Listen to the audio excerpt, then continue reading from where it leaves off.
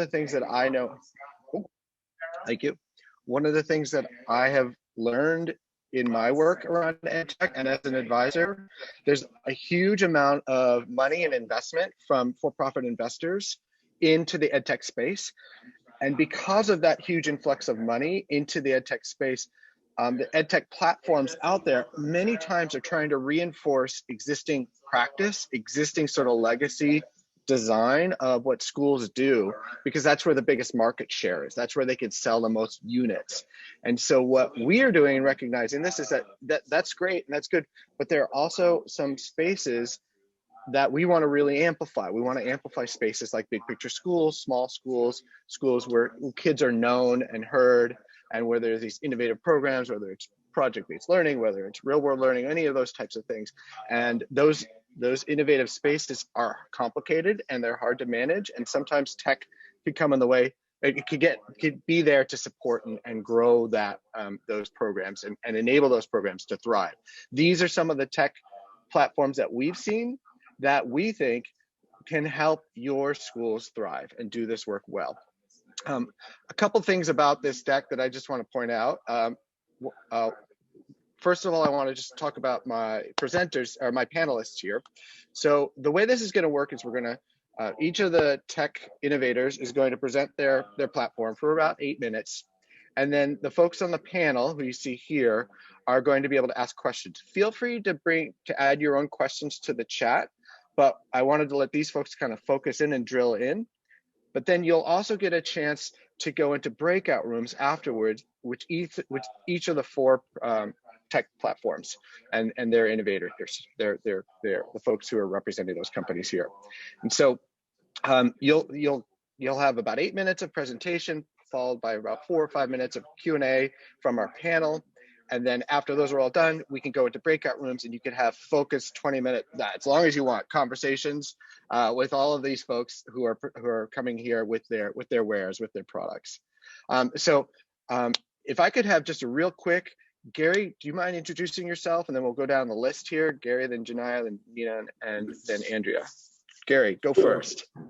Hey, David. Hey, everybody. I'm Gary Hook, been in the Big Picture Learning Network as a team member at Nashville Big Picture High School for a long time, over a dozen years now.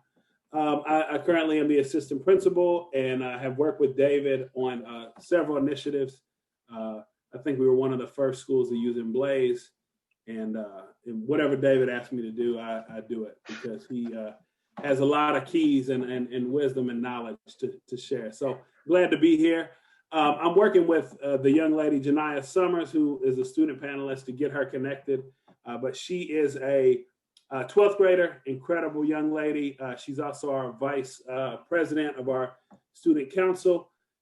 She led a session at last year's leadership conference that was virtual as well. She has a passion for education and for technology, so I thought she'd be a natural fit. I should have her connected here in a second, David. All right, thanks, Gary. Nina, then we'll skip. Nina, you want to say hi?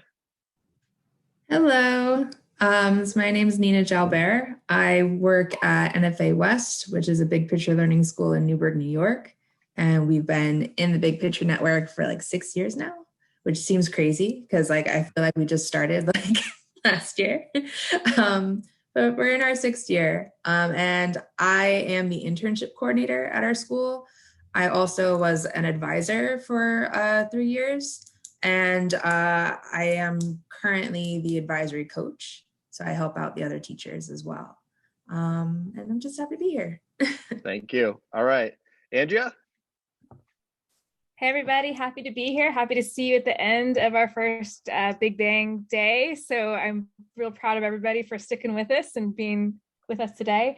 I am Andrea Purcell. I'm physically located right now in Los Angeles, California, where I lead a regional internship coordination among schools called LA Leaves to Learn, and also Project Insight, which is a fellowship program that you can learn about on Wednesday. If you come hear our student David talk about his fellowship program.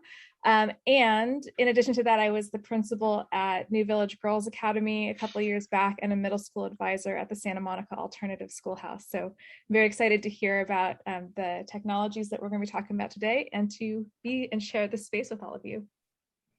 Thank you, Andrea. All right, and so next I want to introduce the presenters, the folks who are the innovators out there. I want to put one footnote in it though and just acknowledge one of the challenges that is going to be somewhat obvious when I go to the next slide, which is that all of our presenters, just to call out, are all white men. I'm a white male. Like all of these folks who are doing this education innovation that are part of this conversation are white males. I want to just acknowledge, like that's a challenge that I, in a bit of vulnerability, like I'm facing, trying to find innovators who are not white males to celebrate and showcase. And I know that Andrew, my colleague Andrew Frischman's on the call. We've been talking extensively about that and some ways that we could nurture a pipeline of folks into tech innovation from other spaces.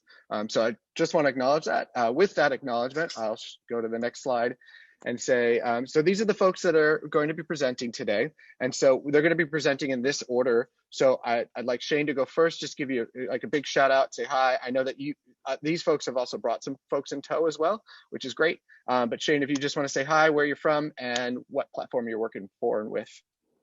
Yeah, hi everybody. Thanks, David. I'm in Milwaukee, Wisconsin.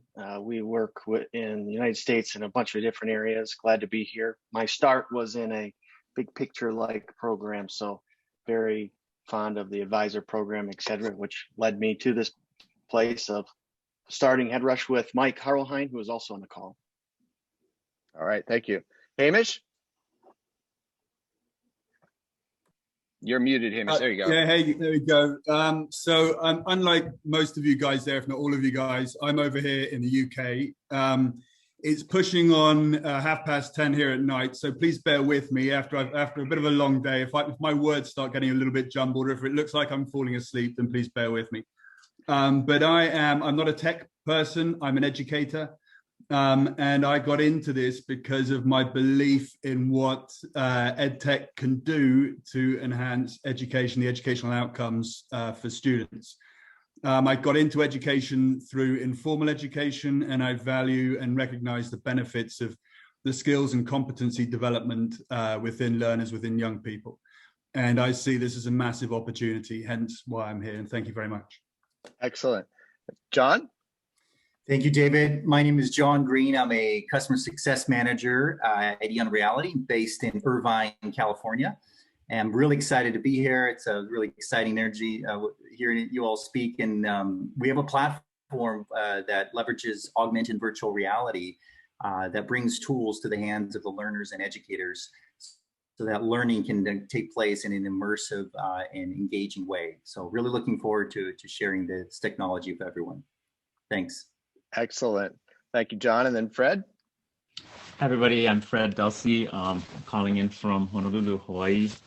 So it was early this morning when we kicked off in the advisory. But I also brought along Freddie Viveras, who's an advisor at Ukiah Big Picture in California. So I'm super excited to have him talk about how he's been using Unruler with his students. So excited to be here. Thank you. Excellent. Well, thank you again for everybody. And I will want to just a practical matter is when you're presenting, guys, feel free to just say next to me and I'll move the slides along. And then also my colleague Brenna can help with sort of the tech stuff if you need to share a screen. Okay, so just again as a reminder, this is the general flow. Participants will present, panelists will ask questions and repeat. And then after that's all over, you'll have 20 or so minutes to move into a breakout room with one of the innovators who's here to do a deep dive, to really ask them questions, probe into the platform, try to find areas where it may or may not work for your school or program. Okay, there's an aside here. It's easier to get into the breakout rooms if you have the latest version of Zoom, but we can help you if you don't. We'll figure that out. All right, so with that, I'd like to start off with our first presenter, which is HeadRush. So Shane, And Mike, you guys take it away. Sounds good. It's okay if we share our own screen? Yep, sure, you bet. Okay. I might need to stop sharing. You let me know if you're getting a thing that says that. I got it. Okay. Okay. So yeah, hi everybody. My name is Mike Hauerheim. As you know, joined by Shane Kukowski. We're super excited to be here and for the opportunity to tell you all a little bit more about Headrush Learning. Shane and I have been working in education for over 20 years in a variety of roles, including as advisors, school founders, consultants, and technology integrators. In that time, we've experienced many barriers to innovation that existing systems often create. So in 2017, we founded Headrush Learning in order to build a learner-centered platform that both serve the kind of innovative schools we've worked with and accelerate the efforts of schools at the beginning of a journey towards something new. As we introduce you to our company and our platform today, we're hoping you quickly see our passion matches yours and how our values match those of Big Picture Learning. So Headrush is a management system for learners and advisors to liberate learning from the confines of traditional systems. As of today, we serve 73 organizations, mostly in the US, but also in Canada, Mexico, and Thailand. By the end of this coming school year, we'll be serving 30,000 users daily. We've grown a small but mighty team solely through customer revenue. And as a bootstrap company, to what David was talking about earlier, we aren't beholden to pressures of an outside investor. Our goal as a company is to help innovative educators move to what matters. What we believe matters most is covered by our four main values that drive us. The first of those values is meet the learners where they are. We believe any learner should start where they need to and evolve with support. And when we do this, we can work to dismantle the one-size-fits-all model, breaking equity and opportunity gaps that are often reinforced through rigid schedules and static curriculum. Headrush allows you to personalize every learner's journey on a micro and a macro level. Second one is empower students to own their learning. And when we do that, we can work to depower institutional course-based structures and instead prioritize student interest and depth of learning. From the ground up, Headrush was designed to enable learners to be able to initiate and create their own learning through projects. They can also co-create with their advisors and collaborate with peers from project design to execution. And all that can happen naturally alongside more advisor-created learning. Number three is inspire learner-centered agile ecosystems. Learning needs to evolve constantly to meet the needs of learners in a constantly evolving world. A system supporting this kind of environment needs to be highly agile and transparent, allowing best practices to easily flow and evolve. We see this as an antidote to locked-in curriculum that ignores student interest.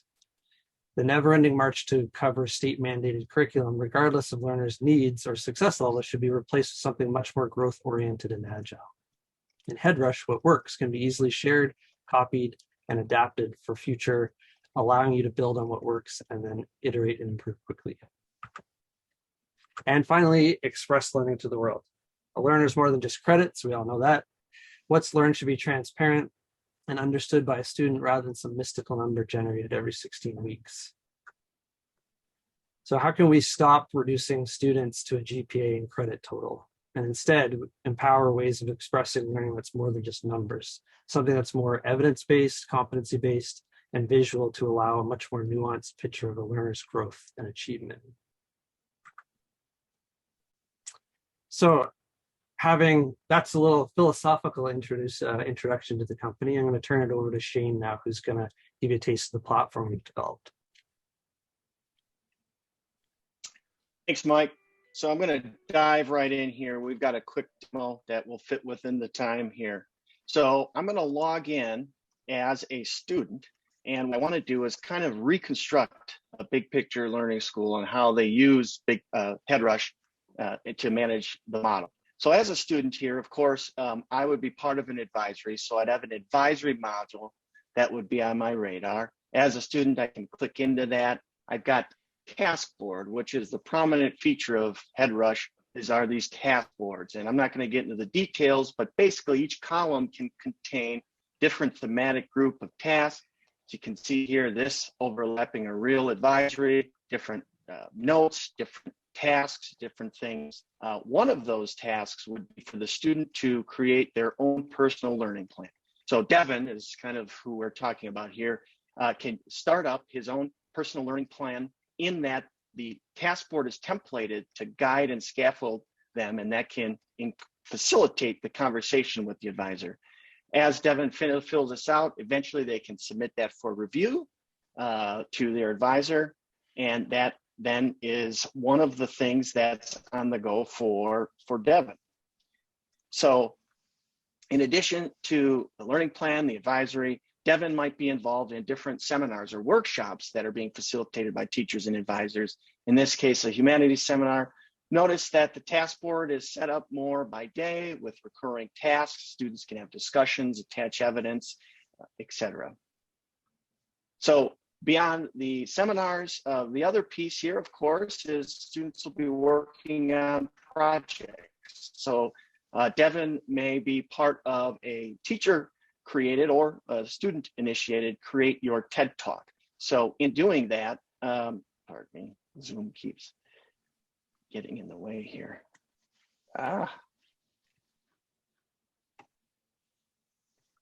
Sorry, Shane, we made you all co-hosts, so you may be seeing when people are showing up in the room. Like, apologize for that. No problem. Just kind of taking my focus off my cursor here. So if I jump into the TED Talk here, you'll notice I've got another task board organized to help. Might have embedded videos, different content, but specifically what I want to jump to, as Devin, I'm going to attach some initial research and annotated bibliography as evidence. We work very well with Google. I can attach this, save this, and then I can submit this task for review by my advisor. This can go back and forth, but the idea being is that is collected and managed inside of HeadRush. So I'm going to kind of skip ahead here. I want to jump over to the advisor side and show you how HeadRush works real quickly. So as I log in, we help tend to the flock of the advisory. I can look at the whole student. I'm not seeing a student by courses, etc. I can jump down to Devin. I can click into the TED Talk module. I can then click on the respective evidence that Devin has added. I can view that in line. I don't have to go away. I can edit, click around, comment right here. What I also can then do is add a narrative comment to this particular piece of evidence. I can also assess it against learning targets if I wanted. So this being a TED Talk, I might want some external people to take a look at Devin's TED Talk and give them feedback. So built into HeadRush is guest assessors, and it's a real quick, easy way. You don't need any special logins. What I can do is set up a link where guest assessors can click. I can have them fill out a rubric, can give them narrative. I can choose what I want them to do. That link is created. I can send that via Zoom chat or email. Then from what the guest assessor sees, they get a view of this. If they're doing one or many, they can actually then look at the student, in this case, Devin's actual TED. They can assess using a rubric that you provide, as well as give a narrative. All of that then combines into, back to the advisor side, the final assessment, which then you all as advisors can assess.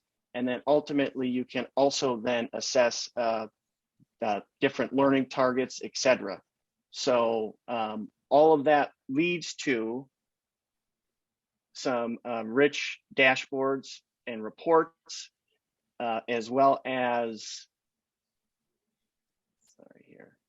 some dashboards of completed learning targets, as well as different reports, specifically reports that highlight the student in more than just content terms. So pathfinding, SEL, but also we provide credit reports so that you can put Humpty Dumpty back together and make sure that having a transcript like this isn't getting in the way of student scholarship opportunities or their future. So that is HeadRush.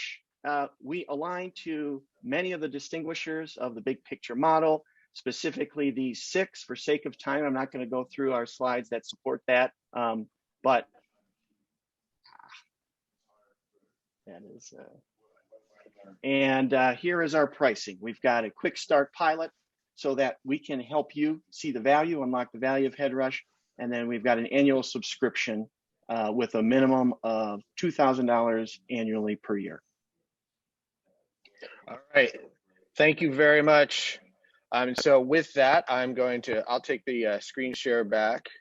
Let me just flip to the right slide here and get you guys. So while I'm flipping to the right slide here, I'm going to open it up to the panelists to see what questions that you all have. So Gary, Andrea, Nina, Jania, please dive right in.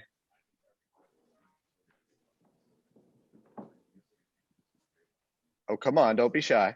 Oh, I got questions. All right, go. I'll start with one and then we'll see if we come back. So I'm wondering, after this year of remote learning and distance learning, I know that from my own kids who are both in high school and for myself and from educators that I work with, that there's kind of like a lot of fatigue around various systems that don't integrate with one another. And sometimes districts mandate that you use, for example, Google Classroom, or they've got a contract or whatever. I'm wondering if HeadRush in any way integrates with any of the major existing systems, so just to help streamline the experience for the users. Yeah, you bet. Well, in terms of Google, we have Google authentication, and we play very well with Google Apps, etc. So, and we have a number of our schools do concurrently use Google Classroom, but truth be told, a number of them are trying to move it away. Many of our schools have that liberty, but we do have some that use both. In terms of some of the other learning management systems, Canvas, etc. Right now, the schools we serve, we've got some exports and some things to facilitate that. We don't have direct integration, but for the customers we're serving, it works, and we continue to evolve. Thanks, Andrea. Gary, guys, did you mention how long you've been doing this? Yeah, we launched in 2017, and we launched with a pilot school. So we've been in live schools since 2017. Okay, and y'all are working with other big picture learning schools across the network? Yep. I noticed. Go ahead.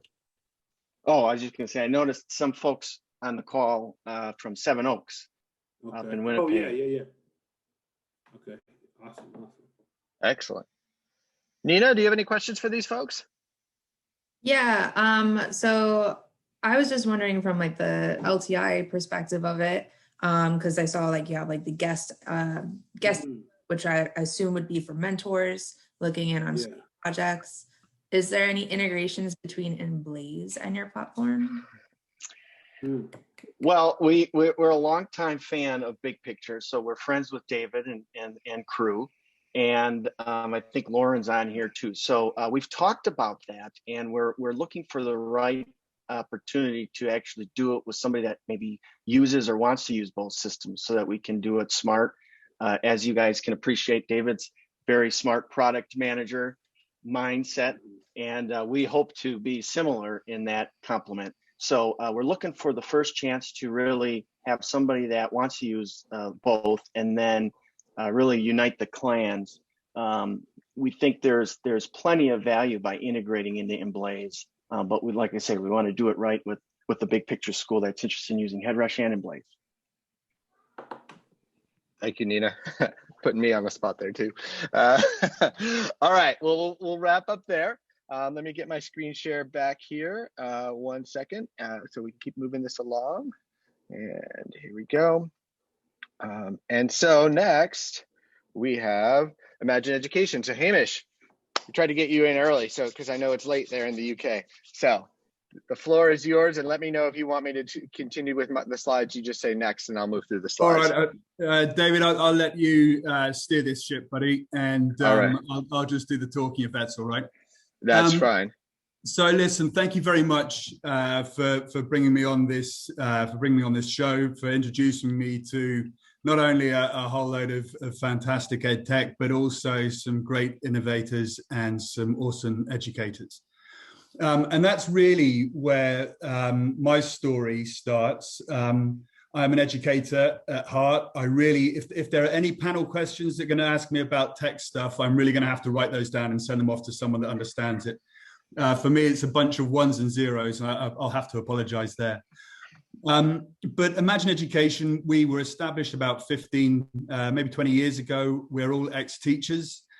And we all had the same belief that our education system was essentially missing the big point in terms of student development, and what it meant to be an individual within education, and then also what education should provide the young person when they left formal education.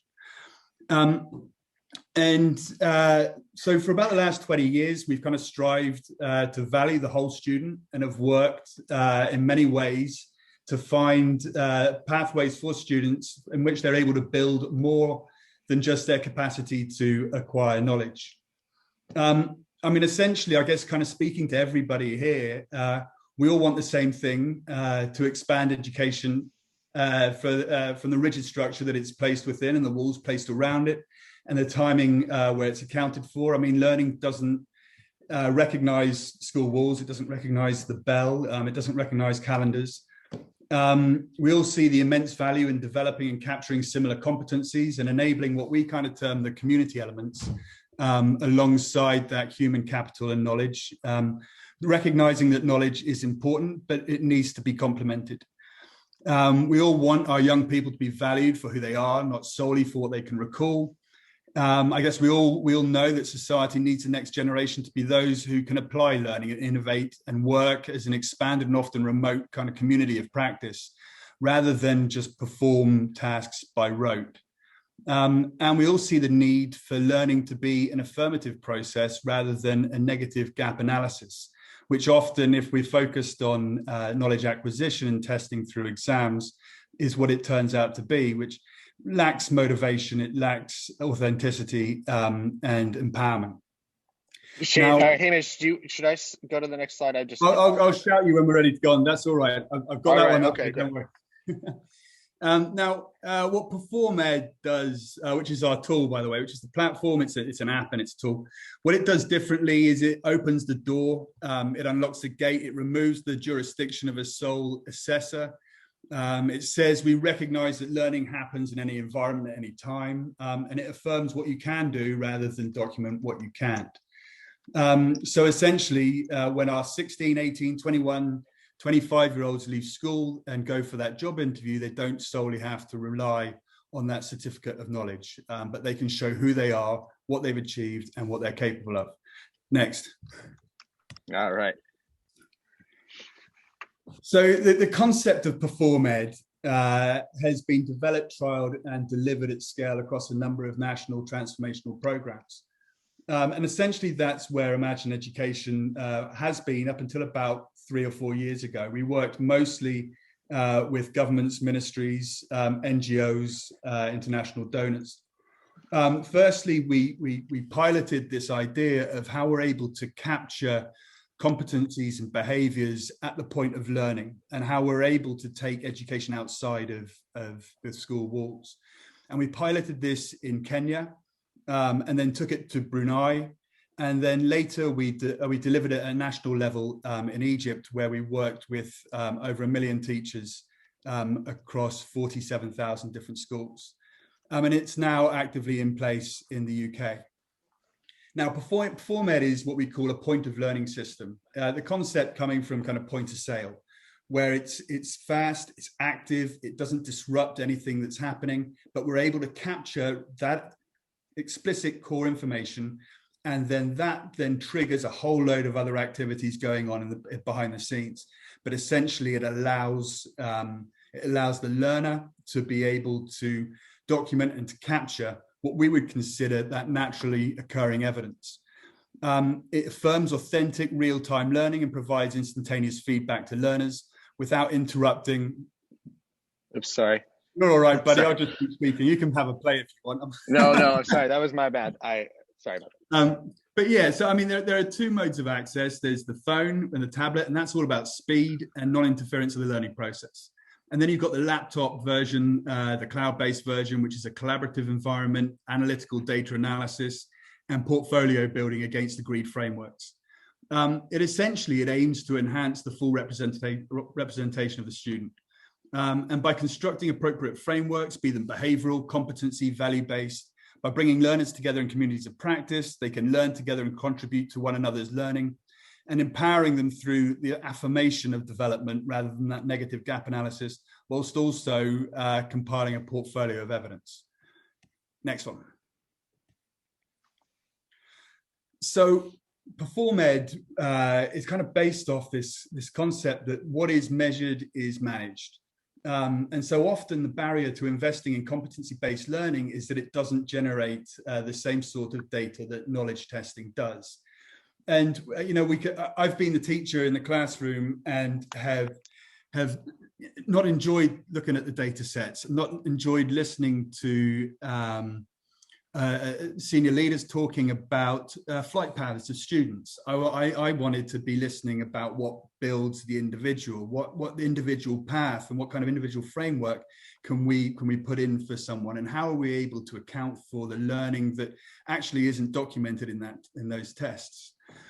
But through PerformEd and the kind of cool techie stuff that goes on behind it all, there's the reporting analytics where it kind of turns that elusive qualitative data and it captures it at the point of learning and represents it in a way that not only serves the learner, but also the teacher and the institution. And through the use of technology and the ease of mobile apps, PerformEd, essentially, it takes learning outside of the traditional learning environment. It recognizes that as people, learning isn't confined to the school walls or the school bell. It promotes those community elements, the skills, the competencies, the behaviors, the attitudes, and the habits which make up the whole person. It captures the evidence that people are naturally making, and it increases that competency level, the competency literacy, essentially, that maybe we're lacking because it's not part of the classroom-based discussions. And vitally, it allows students and teachers to construct personalized, focused frameworks for individuals. Now, all in all, by enabling learners to take control and place value on all that they are, it raises the motivation and builds a stronger sense of self-worth. Now, before you click on, David, I haven't done a demo, but what I did is I've recorded the app side of this. I've also got a recording of the laptop version, the web version as well. However, that was going to take about 2.5, 3 minutes. This one's nice and quick. But what I wanted to do was just kind of show you guys how quick and simple it is for a learner to be able to both credit themselves in terms of behavioral change or competency development, and also the app then allows you to upload evidence. So you could be taking a video, you could take a photograph, you could upload a document, whatever it is. And by doing that, this then in the background is building your online portfolio. The web demo, I'm happy to show other people if they want to in the breakout room, but that's really where the discussion area happens between learner and teacher, and it's also where the deeper data analytics occurs, where we're able to look at the portfolio of evidence and the statistics, and we're able to analyze, where is the learning happening, where might it be missing, so that we're able to improve maybe the learning outcomes. So if you want to flick on, and it might just start automatically, it might not, but we'll see. There we go. Or if you press it, yeah. So here I am, this is my group, and I've logged in. I'm gonna have to speak quickly. I'm gonna come into my framework. I've chosen my framework, and then inside in my framework, I'm then able to be looking for the particular behaviors. So within about 4 seconds, I've managed to give myself a credit. Now, I'm also able to award peer credits by clicking on my class members as well. So maybe I've seen them do it. I can add comments to particular behavioral frameworks, saying what it is that I've done, which goes into my portfolio. And then I can also upload files as well. So anything that's on my phone, a video, a photograph, whatever it might be.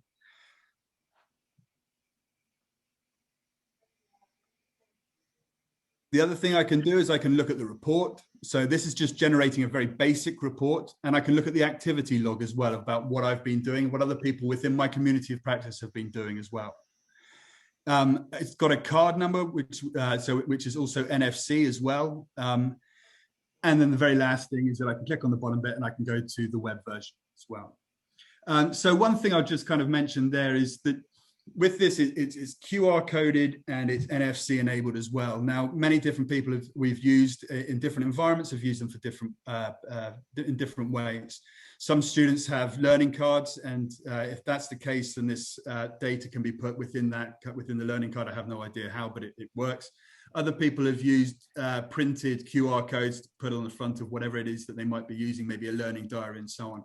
And basically what I'm able to do there with the app is I'm able to just find the particular behavior if I was an assessor, and I could scan that, and that would immediately award that learner a credit. And likewise, if I was a learner and I wanted to do that for a peer, I'd be able to award a peer credit or a self credit if I wanted to do it myself. So it kind of triangulates that learning journey. Next one. Why is it not going to the next slide? Hold on here. Sorry. That's all right. Don't worry about it. I'll just keep speaking while we're going. No. There we go. So listen, what first drew me to big picture learning, and I met them, it was actually only about a year ago. And immediately I recognized a kindred spirit. And it was the vision on what education could be. It's what they wanted to, so the fact they wanted to break down those kind of perceived norms and rebuild a better and more holistic system. You know, an education system which saw the individual, promoted the role of the community, and recognized the need for everyone to be valued as stakeholders. Now, the reason why I love that so much is because it's the same, you know, with Perform Ed, we've held this at our core, where individuals can personalize their own frameworks. We can personalize it for a school, we can personalize it, and then within that framework for a school, you can focus particular behaviors, skills, competencies onto certain users. Where sustainable communities of practice are built around the common and shared interests, where learning can occur in any setting at any time, where parental and community engagement is part of that learning journey. Where school culture is taken seriously and trust and equity are enhanced through a shared vision. And then the next slide. Yep. And then hey, we're going to have to wrap up just because I want to give time to everybody. So I will skip to that. Pricing, that's always important. Yeah, okay. So the pricing is we have a range of user licensing packages per annum, and I'm happy to answer whatever kind of questions come my way. We're able to white label as well, so this product can look like your school's product, can look like your organization's, your region's product, or whatever it is. And we also provide service for writing bespoke framework creations as well. So yeah, that's us. Thank you very much. All right, excellent. Sorry, Hamish. I just want to make sure. Hey, listen, don't worry about it. I wanted to use up too much time, so I didn't get any hard questions from your panel. Well, all right. So with that, Andrea, Gary, Nina, any questions? I have a question. So I see that your app really focuses on breaking down like the students' almost like strengths and weaknesses in different skill sets and learning behaviors and styles. But does your app also give information to students as to how these specific learning behaviors fit into specific career fields for them to explore their passions and interests?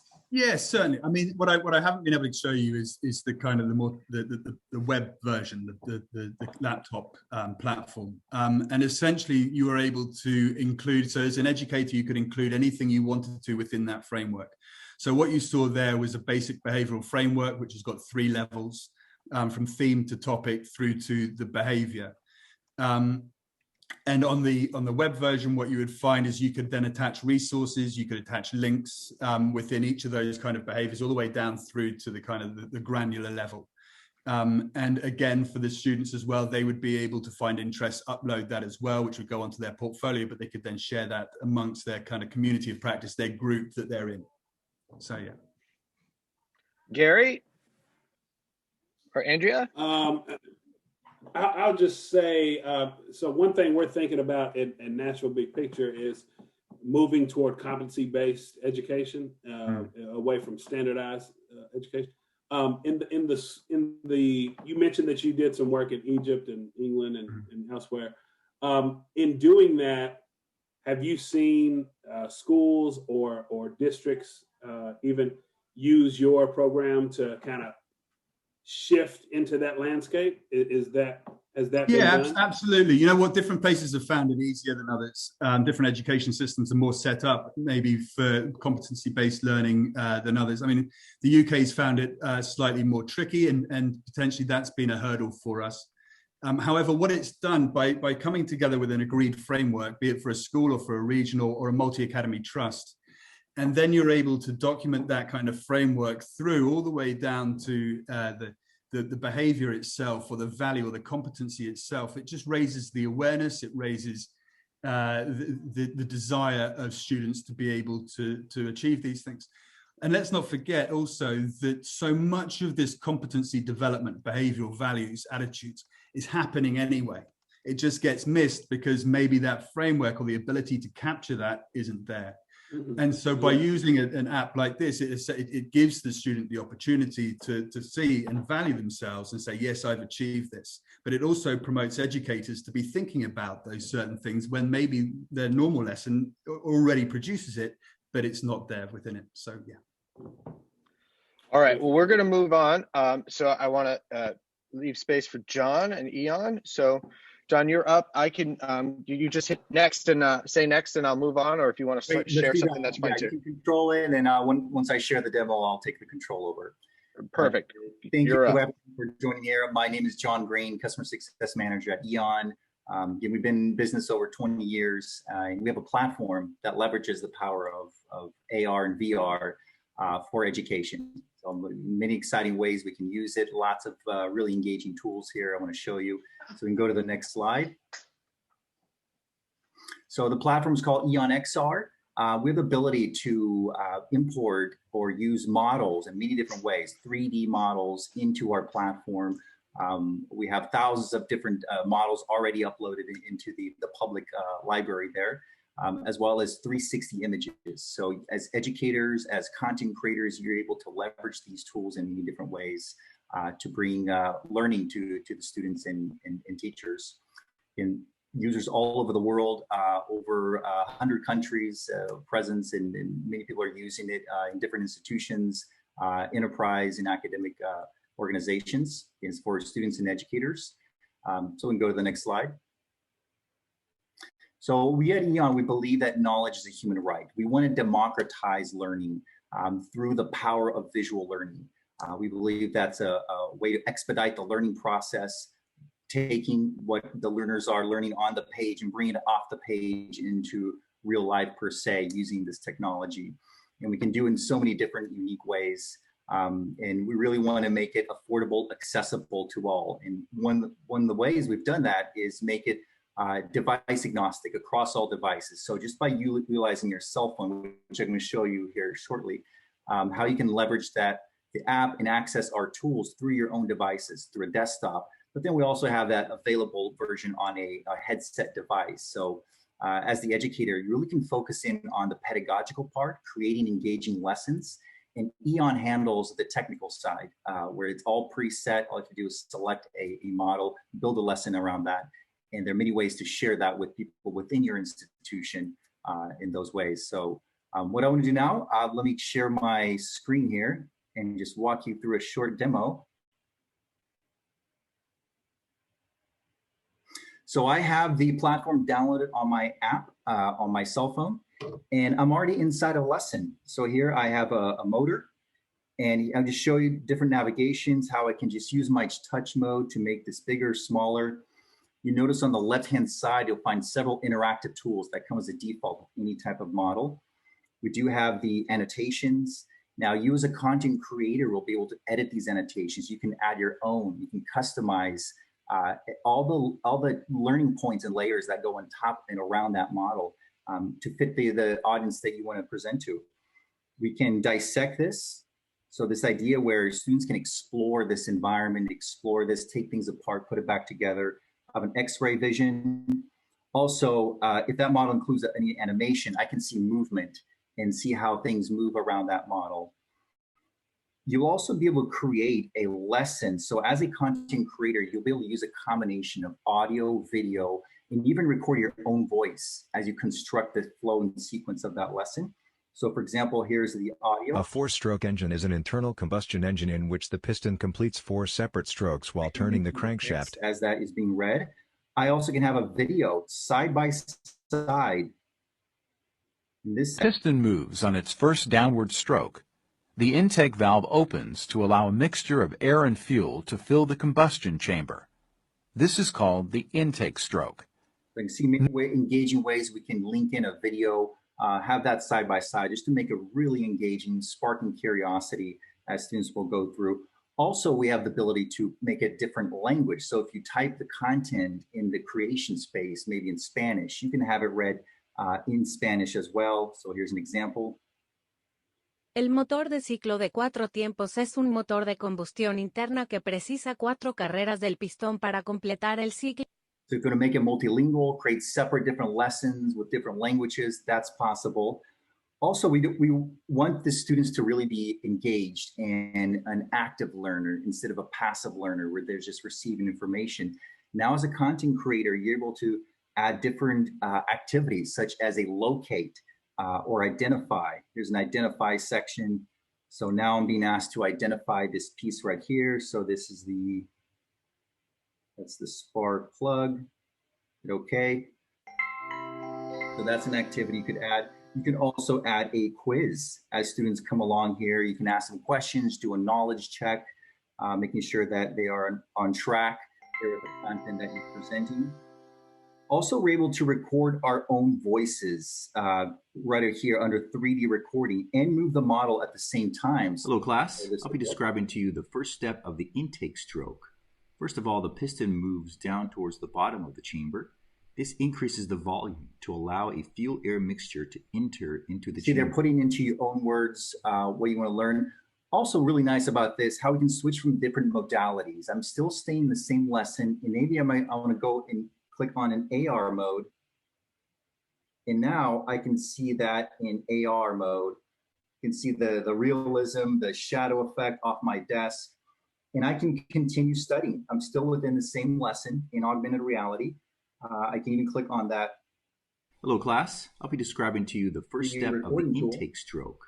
First of all, the piston moves down. All my engaging activities there, all the annotations. I can tap any section of this, move things around, and getting that psychology of presence involved in my lessons where I can see, I can move around the space. We also can bring in a VR experience right through your device. Let me slide these glasses right in here in the background. You can see there. So we have glasses here that can slip on any cell phone, any tablet. This will give students a VR experience directly from their cell phone devices. So I'm going to click on this section in VR mode.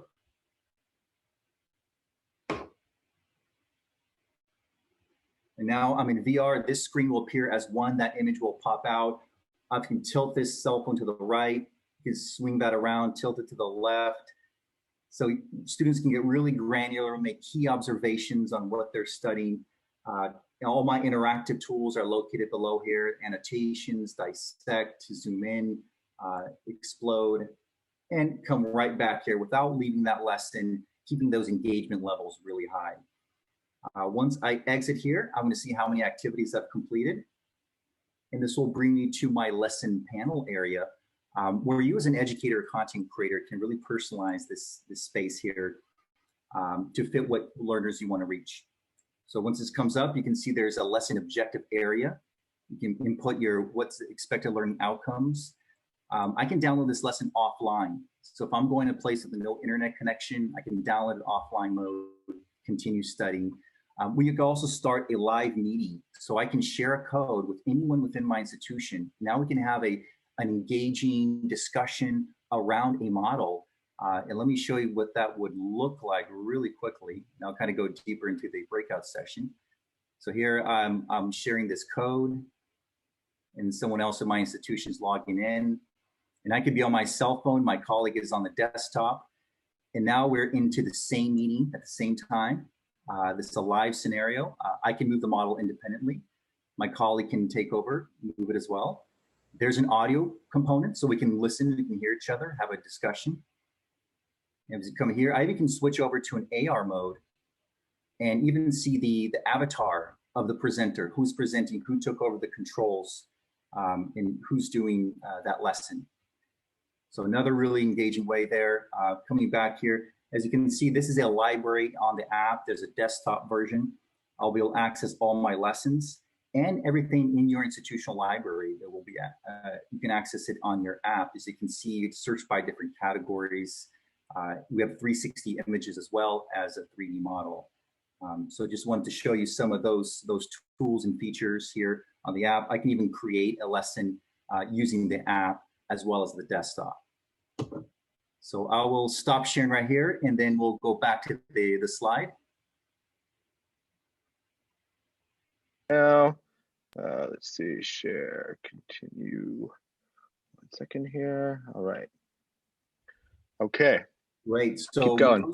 About a minute left. Minute, awesome. So with those tools that you saw, you can easily see how engaging this is, and I'll just highlight one here: the distinguishers.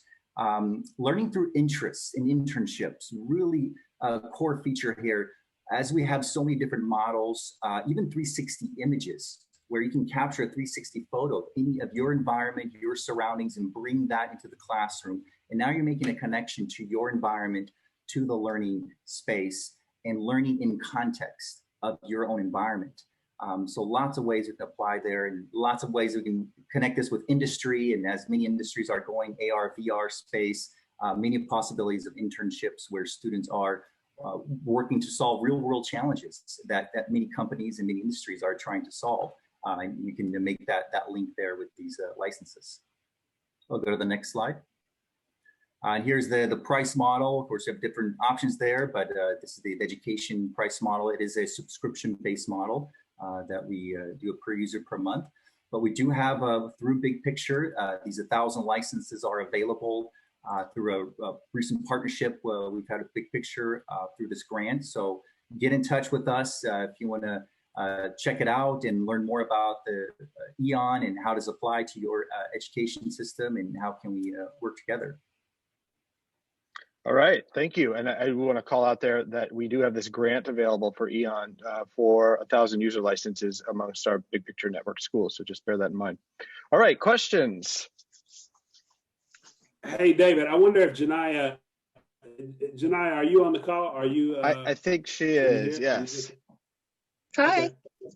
Hi, Jania. Thanks for joining. So this is where we have questions from anybody on the panel. Jania, you're welcome to chime in if you have any questions for John and his team at Eon. I don't necessarily have a question. I think it's super cool. I know Big Picture is really focused on the student as a whole, like as an individual. So I think it's interesting for those students who are strictly driven to technology. Being that this new age is nothing but technology. So yeah, I think it's cool. I would definitely love to do it. So yeah. Thank you. Great. All right, Gary, Nina, and Andrea, I know I kind of cut you off from a question last time, so maybe you could lead off with the next question if you have one. Sure. I dropped a question for Hamish in the chat. But John, I have a question about, as somebody who is not a confident user of technology and certainly not a confident creator of content and technology, what kind of support or capacity do students or adults need to create content or create modules in Eon? Yeah, we have a very detailed onboarding process where we teach the institution to go through an educator course, which is a certification exercise, which teaches everyone involved who's going to participate in the program how to create a lesson using your cell phone, using the desktop, how to put a lesson together. And it's a certification exercise. So you go through that process and many educators are ready to go after that workshop, about a 4-hour session divided into 2 days. But once you have the content ready, it's very easy to put it together through those annotations, through linking videos. So it's really designed for educators that already have the content to just put it together. And again, without worrying about coding or any extra technical steps, you can really focus in on the lesson building part. Excellent, thank you. Gary or Nina, any last questions before we go to the final round? Go ahead, Nina. Oh, thank you. I kind of have a question that sort of follows up to what Andrea had asked, but I was curious as to the access that students have to the app when creating lessons. Like you talked a lot about teachers having access to creating lessons, but with big picture and doing exhibitions and the students showing off their knowledge and their research and their understanding of what they are looking into for their own personal passions. I just wonder how accessible it is for students to create possibly a presentation or a lesson for an exhibition showing off their knowledge. I'm glad you asked that. And so absolutely, this is available for students as well. When I said teachers, they also have a student profile. And I've seen many institutions we have worked with, students are using this as a way to teach back to the teacher, teach to their students, fellow students, what they're putting together. In that creation process, a lot of learning takes place. You are getting to the top of the pyramid of learning, which is creation. Students are putting to their own words on that 3D recording, the content that they're learning. So this is a tool not only for teaching, but also for learning. Maybe create a lesson as a form of evaluation and share it to the other students. So it goes both ways for teaching and learning. I'll be quick here, you guys, but we talked a little earlier about integrating across different platforms and whatnot. And I think, John, a lot of the stuff you showed us, there's real potential for that to integrate in Blaze. When you were showing the motor and the engine and all of that, and in Blaze, it's broken up by those different categories, CTE standards, career technology and all that. And having those kind of things built in there would be an incredible opportunity and resource and potential way for it to really connect to what we're already doing. So awesome work, man. Great. And I'll just jump in there as a transition. This is, one of those ways that you could really get mentors to help be collaborators in prototyping things for real world learning, for sure. All right, well, everybody take a big breath in because we got one more, and I'm super excited for Fred to present. And so I want to make sure I give him all the respect that he is being last at the end of the day. So take a deep breath so you can listen in. I really appreciate it. And then we're going to have the remainder of time for doing breakouts. So Fred, I'm going to turn it over to you. Okay, great. Yeah, I'm going to try to keep it short and sweet. I know it's the end of the day, especially on the East Coast. You guys are probably tired. So I already introduced Freddie. So Freddie is here too, an advisor at Big Picture UK. I want to point out his hair is just completely awesome in this picture. So let's welcome his hair too. Next slide. So Unruler is a system to help teachers and advisors stay up to date and stay connected with each student and their learning. We've been at this for about 2.5 years. We've got dozens of schools, including a handful of big picture schools, including like the Met, hundreds of teachers, thousands of students on our system using it every day. Our core users are the students and teachers and advisors primarily, but we do have the ability to add others, whether they're mentors and internships, whether they're other people in the community or parents, and we can connect them into the system as well. Our platform is native mobile, so it's a native application. It works just as fast and as easily as any other native mobile application, such as social media or your mail app. We also include a web application in case for equity, sometimes it's important. People don't have a smartphone, or if you want to use your keyboard to do typing, we support that as well. Next slide. So the disruption Unruler supports is not a surprise, and I've heard the same thread through this group. This Big Picture Learning group is definitely aligned with this shift. So I won't spend a ton of time with it. I think we all know why it's important. Couple of the key things though is it's actually pretty hard to do this well. As you guys know best. Particularly, it's difficult to know students inside and outside of the classroom. So there's so much going on that's outside of the classroom, like Leaving to Learn. How do we keep in touch with a student? How do we really know them in their life beyond what happens in the classroom? And how do we see the learning they do? Also, capturing and documenting abilities that aren't, scores on a test are actually quite difficult to capture and measure and present. And so being able to do that in a way that's natural, authentic, that allows for assessment and allows to bring that all together in a way that's easy for the student to understand, for advisors to understand, as well as the world to understand is not an easy problem.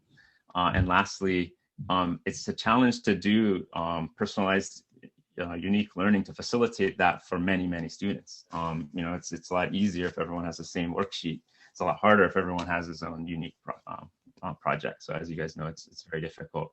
So Unruler is built to help with those challenges. Next slide. So how does Unruler work?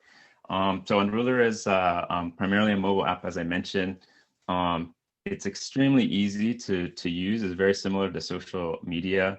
And it's, for example, the way you start is a teacher would send out a prompt. So this is just a simple question. It could be a project update, a check for understanding, try to get to know the students better. And so for example, as you go about your weekend, capture an activity you did for fun, or each week share one challenge you faced at your internship. So this sort of a prompt to get to know the student a little better, understand their work a little better, and give them a chance to capture and reflect on what they're doing. Next slide. So then the students all receive that prompt, and they have a chance to respond and reflect. Of course, the student knows what's the best media to use to respond, where and what time is the best place to respond to those prompts. And so we give them that flexibility in an app that's with them, and it works the same way as they're used to with like a social media app, for example. It's also an opportunity to build a relationship. So it's not only the capturing of the learning, but it's also a relationship that can build between the teacher and the student, advisor and the student, to grow the understanding of what students about to help support them in their own authentic interests. I can't emphasize enough. Oh, I'm still on this one a little bit. Yeah, it's okay. It's also important to note that students they can create their own moments of learning even without a prompt. So we found the prompt is sometimes good to kind of get the story rolling, but a lot of times as students start to understand how this is helping them capture the learning, they start to do it on their own accord too. So it's not that they can't capture outside of the prompt. Okay, next slide. So once these reflections and these moments of learning are captured in a system, we make it super easy for students to compile those into more of a story of their learning over time. And as we know, it's the journey where the actual most important learning happens, in that reflection and that challenge, having a challenge, overcoming it. So that's just as important, if not more important, than the final product of, say, of a project, right? So we make it really easy to put those moments of learning that they've been capturing into a story. That story then can be used to facilitate student-led conferences, public exhibitions of their work, portfolio-based assessment, and it can also be published. That portfolio can be published whether as part of a updated sort of a mastery transcript or part of the resume for their next step as a school or at work. Next slide. Okay, so this communication and capturing is not only between the advisor and a student, it's also an option for the student to share this with their broader learning community in Unruler. So they have an option to share it with their peers, share it with mentors or others in the community that are part of that network. And the network that we build is controlled by the school as an organization. So there's some sense that this is a safe place, private information is safe. So it's not a public social network, but it's one that's controlled by the school or the organization that's supporting the learning. And I have a quote that relates to this from one of my favorite teachers. He said, "When students know others will see their work, they want it to be good. When it's just for the teacher, they want it to be good enough." So that's why it's so important to have this ability for others to see their work. The next slide, please. So here's where I'm going to hand it to Freddie to talk a little bit about his use of Unruler and what he's seen with his students. So I'm sort of the boots on the ground, kick the tires part of this demonstration or explanation. Former English, I've been working with Big Picture for 3 years as an advisor as we've transitioned from a traditional continuation school to a Big Picture school. So forgive me, as a former English teacher, sometimes I get focused on the literal and, Big Picture focus. One of the things is they talk about their 10 distinguishers. So I looked up distinguish, and the first definition that comes up is just being different. And all BPL schools are non-traditional, a break from your comprehensive high school. But Big Picture Ukiah is sort of the extreme. Just to give you some context, we're pretty much all advisory all the time. so no traditional classes. A lot of other schools that I've visited, big picture and otherwise, they tend to have a zero tolerance policy for phones in the classroom. But we've started embracing it, and Unruler gives us a good reason to embrace it, teach them to be respectful and responsible with it. The next one is just categorizing. My biggest focus is just getting my students re-engaged in learning and passionate about their learning.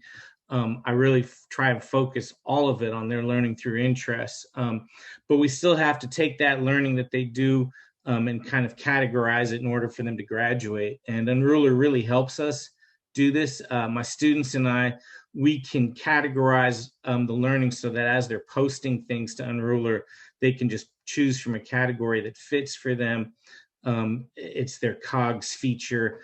And because this feature is customizable, all the learning they do works for both my students and myself. And then the last thing is just being remarkable or noteworthy. So many students turn work in that just goes unnoticed, right? It's just another paper being shuffled. And with Unruler, it's not like that. It's being displayed, like Fred said, as a social media.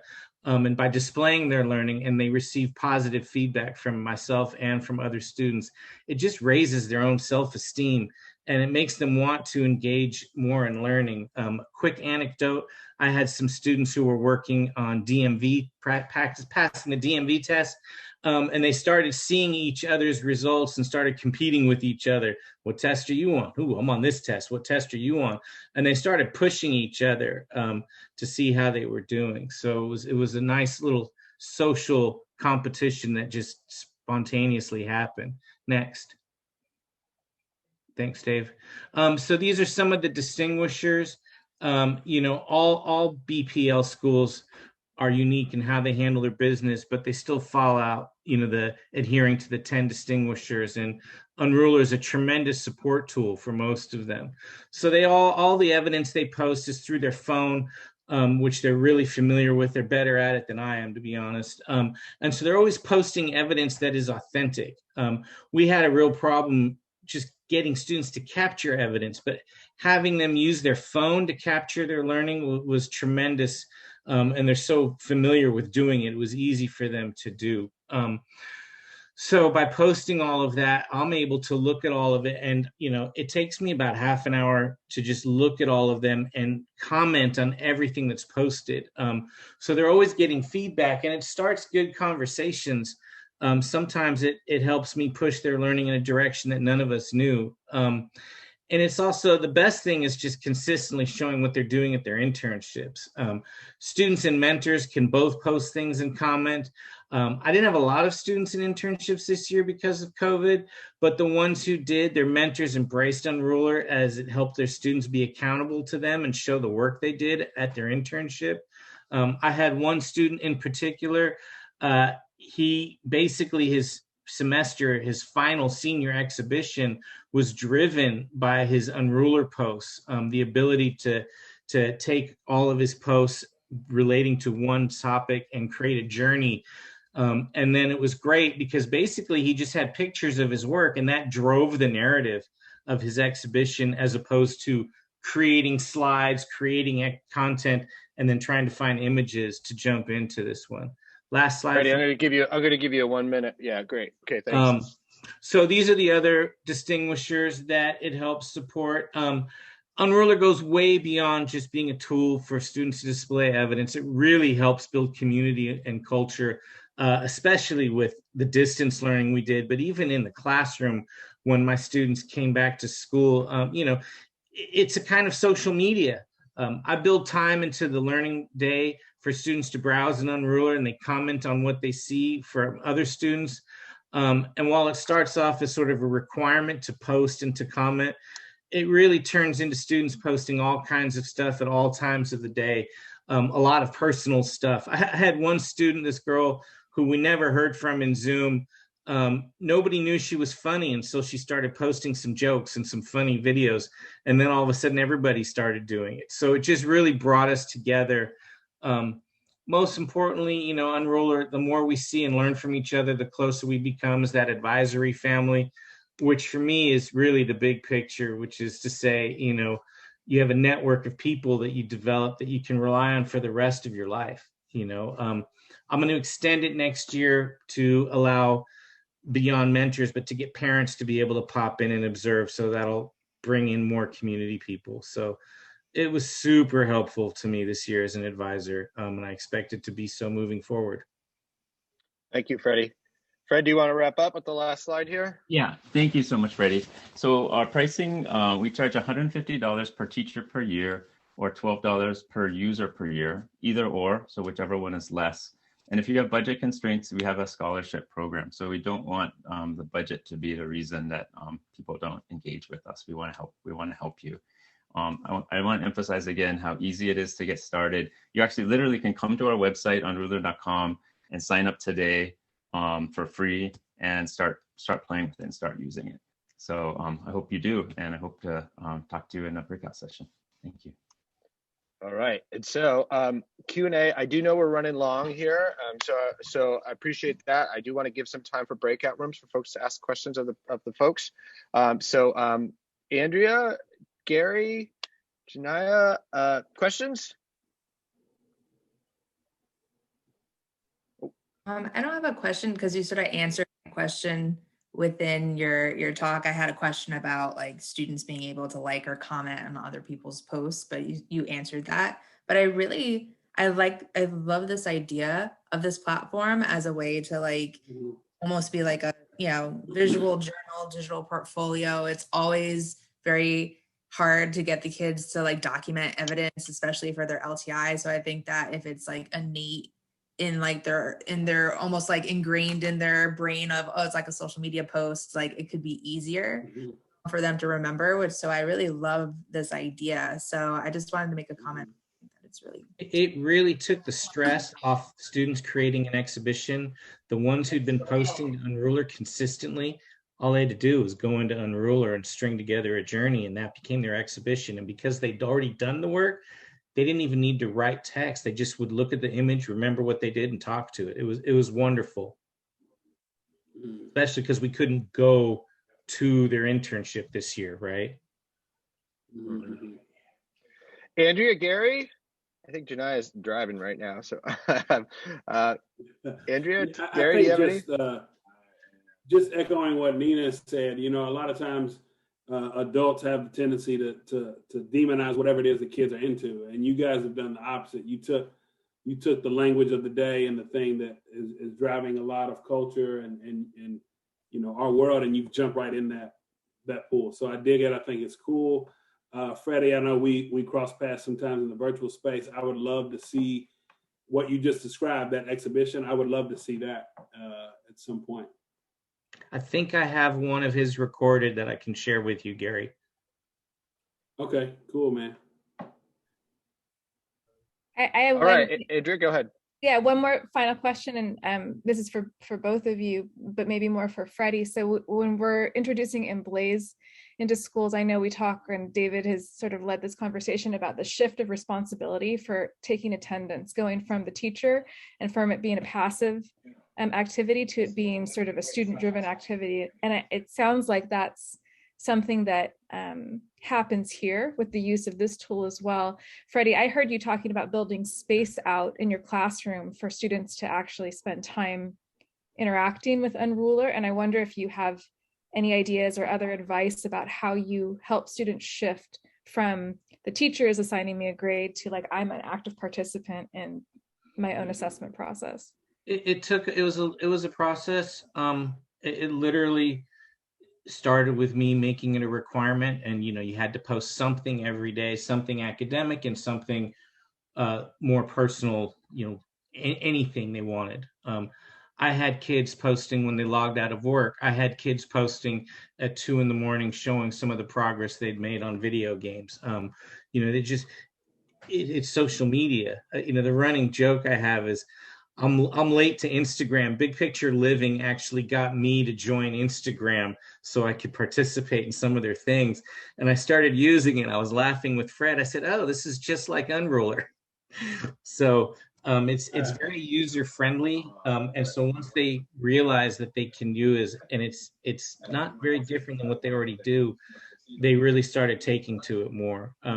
The prompts that Fred mentioned is a new feature that I haven't yet used yet. So I'll be able to look at that as we go back to the classroom. So I need to jump in and start the breakout rooms because we're already well over time, which I really am grateful for everybody presenting and all of the questions. I was afraid we were going to go over time. I got to do a better job of keeping the whip there. But Brenna's going to set up the breakout rooms right now. We'll go as long as we can. Remember those breakout rooms? Folks are welcome to join in and go into those spaces. If you're getting off of this right now, please know that all these companies, I'm happy to provide access to any of these folks, and I'm sure they're all putting their email addresses in the chat as well. So Brenna, can you trigger the breakout rooms? Well, thank you everybody for joining in. John, Fred, I still see you here. Super grateful for your time. Feel free to use the feedback that Brenna posted there to give feedback. But yeah, thank you. Do you have a good time, Dana? All right, cool. Everybody have a good afternoon. No deadline. Yes, I'm ending this. I gotta go. Thank